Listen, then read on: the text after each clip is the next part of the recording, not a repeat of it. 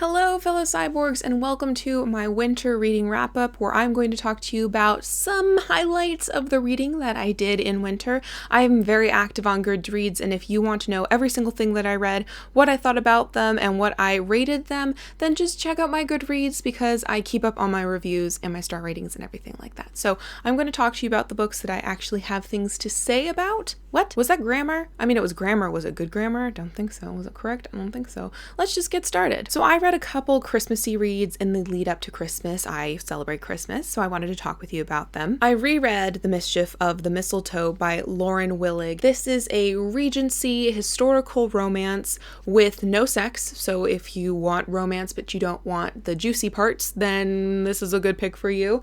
And it centers around Christmas and involving spies and Christmas pudding, secret messages, and misconstrued feelings. This is so freaking adorable and cute. Jane Austen is a character in this. She's a mild side character, but the idea is that she took the events from this book and used them as inspiration for writing of the Watsons. I have read this twice now, and it is freaking adorable. If you want some cheerful vintage Christmas hullabaloo with cuteness and the most adorable, bumbling, and yet really, really hot male protagonist, then I highly recommend that you pick up The Mischief of the Mistletoe. Mischief of the Mistletoe? It sounded weird in my mouth. This totally stood up upon rereading, and I'm so glad that I reread it. It gave me so many fun, giggly, laughy feelings. The next is this bind-up of 3 stories that are Christmas themed or holiday themed by Charles Dickens. I didn't actually read this Reader's Digest edition, which looks impressive. I listened to them on audiobook, so in here is A Christmas Carol, The Chimes, and The Cricket on the Hearth. I had previously listened to A Christmas Carol. I had gotten halfway through the audiobook of The Cricket on the Hearth, which is read by Jim Dale, and I just didn't get on with it. So this year, I re-listened to A Christmas Carol. I finally finished The Cricket on the Hearth, narrated by Jim Dale, the audiobook, which I really enjoyed, and I also finally listened to The Chimes, which is narrated by Richard Armitage, and The Chimes was probably my favorite out of these 3 stories. I think I kind of snoozed through some of it though, so I definitely need to revisit it, and hopefully in a print format, because this book still hasn't been read. Listening to those stories while falling asleep leading up to Christmas was absolutely wonderful, magical, comforting, and I highly recommend it. Then I wanted to give you an update on one of the other books that I read in December, which was The Linnet's Tale by Dale C. Willard. You saw me haul this at the end of 2016, and this I gave 3 stars, if I remember correctly.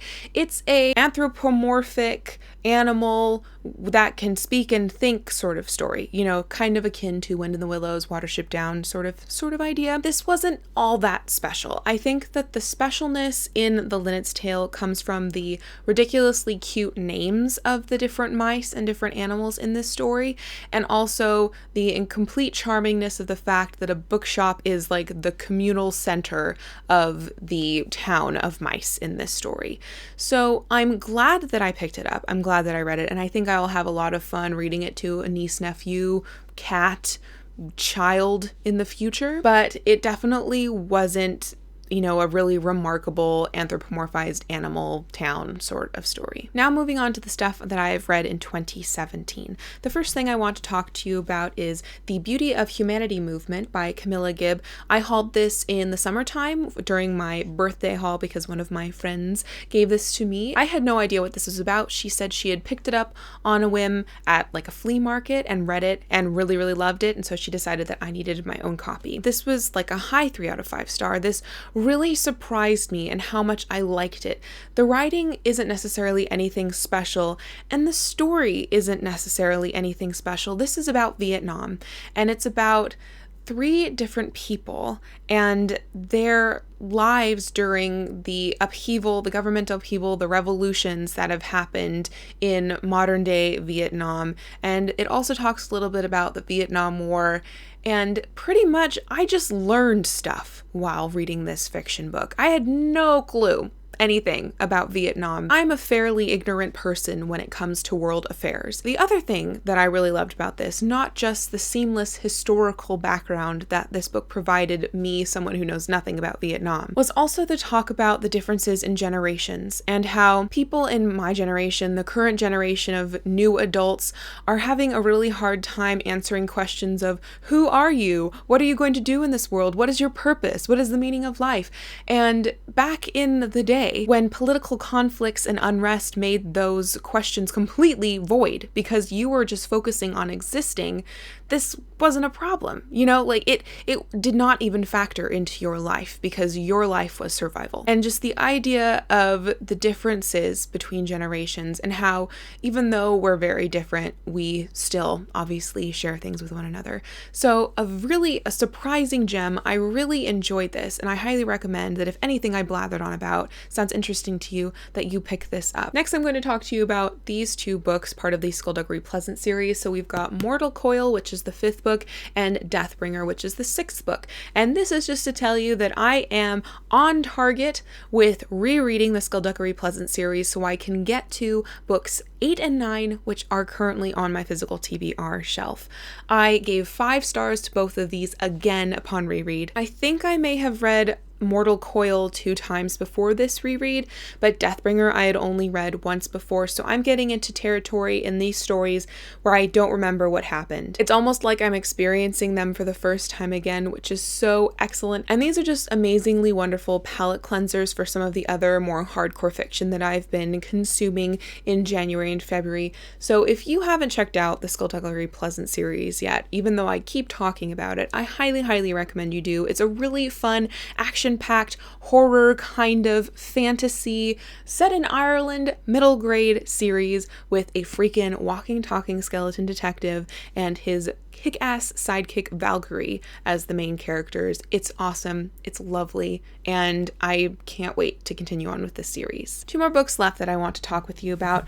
The first one being Gone with the Wind by Margaret Mitchell, which I read with Acacia Ives in January. I gave this 4 out of 5 stars because it didn't blow me away, but I was incredibly impressed with this book. I definitely did not expect to enjoy the writing style as much as I did. Margaret Mitchell's writing style is really timeless. This was written in the 1930s about the 1850s, if I remember correctly. It's about the Civil War, and yet it doesn't feel like it belongs to either of those eras. It feels like it's just timeless.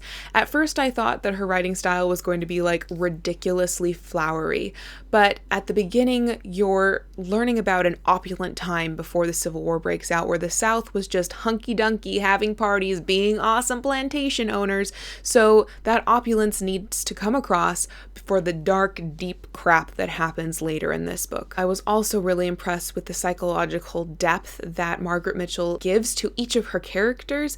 It was just really well done. Now, of course, this is really problematic because, it's from the perspective of the South, which was filled with people with questionable morals when it comes to people of a darker color. There are many instances of characters in here who are Black, who are completely complicit and complacent with the slavery plantation owners being awesome people sort of mentality. And then free Blacks were portrayed as scoundrels and knaves and rapists and stuff. The Ku Klux Klan is also in here, and it's painted in a complimentary sort of light. So gotta take it with a grain of salt. I definitely looked at this as a way to learn what the heck the South was thinking during this time period and maybe what it's thinking to this day. So I definitely learned a lot about my own country that I didn't think I would. And I don't necessarily think that Margaret Mitchell was celebrating these ideas. I think she was exploring them, or at least that's what I'm telling myself, because I didn't necessarily find anything on the internet, not that I looked much deeper than Wikipedia, about Margaret Mitchell being a racist or thinks that slavery is a good idea or anything like that. So I'll give her the benefit of the doubt. Really good really impressive. It was worth the journey, and I'm really glad that I read it, especially with Acacia Ives. Did I say I only had 2 books left to tell you about? I'm a liar. I have some plays and stuff that I want to tell you about that belong to Oscar Wilde. So I was lucky enough in the months of January and February to buddy read 3 plays by Oscar Wilde. One was with Marissa from Blatantly Bookish, and that was The Importance of Being Earnest. This one I didn't really find impact me very much. I have seen adaptations of it before. It's not one of my favorites, so if I were going to rate that play individually, I would give it 3 out of 5 stars, but still enjoyable, still Oscar Wilde. Then the next 2 I buddy read with Helene from Books by Les Nez, and we buddy read first A Woman of No Importance, which was freaking awesome, feminist, so freaking good. No one talks about A Woman of No Importance, but so far it's my favorite Oscar Wilde play. I gave that 4 out of 5 stars.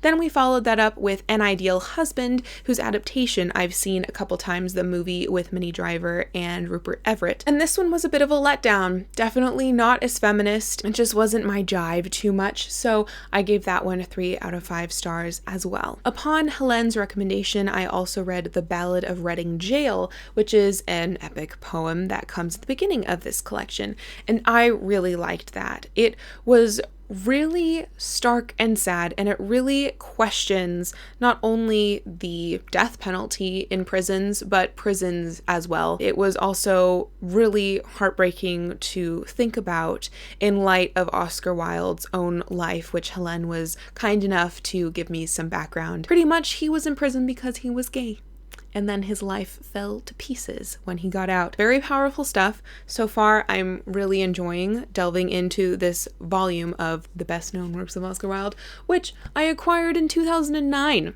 and haven't read yet. So slowly working through that, but those were some plays that I wanted to talk to you about. And finally, the last thing I wanted to talk to you about is Walden by Henry David Thoreau. I buddy read this with M.A. Anders at the very, very beginning of the year, and I kind of hated this. The good things about Walden is that Thoreau is talking about a lot of things that are still incredibly important and relevant to today. He talks about stuff like the fact that, we need to get more in touch with nature, and why is a man-made building more beautiful than a tree. He even talks about ridiculousness of the fact that a Frenchman wears a hat and therefore 10 Englishmen needs to wear a hat, and what a riot fashion is, and how we pretty much just need clothes that, work as clothes. The ridiculousness, the hypocrisy of modern society. However, Walden is a bit of a dick. Like a hipster douche, pretty much. I did not get on with him at all. I thought that his writing style was dreamlike in the worst way possible. You think you would understand what he's talking to you about, and then suddenly he'll switch thoughts and start talking about chipmunks, and suddenly nothing makes sense anymore. He also is super duper preachy in this. If you aren't exactly a pretty much 29-year-old, very intelligent man who speaks and reads from 3 languages, who is able to build his own house conveniently located next to a body of fresh water, and also respect the environment and not pay taxes, then you're kind of not for him. At one point, he even condescends to talk to a family about how their poverty means that they're doing life wrong and they just need to hop into the woods with him and just follow his lead, completely taking not into account their lack of education and the fact that they have children with them. It was just stupid. So pretty much,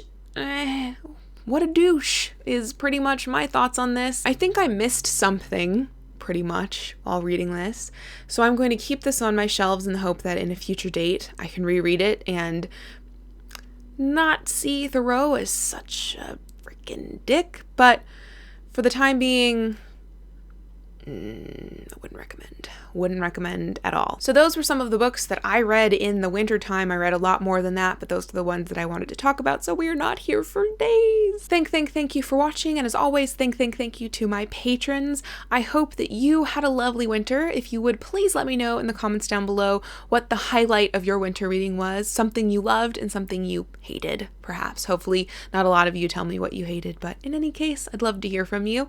I hope you're doing well, and until next time, continue to be lovely.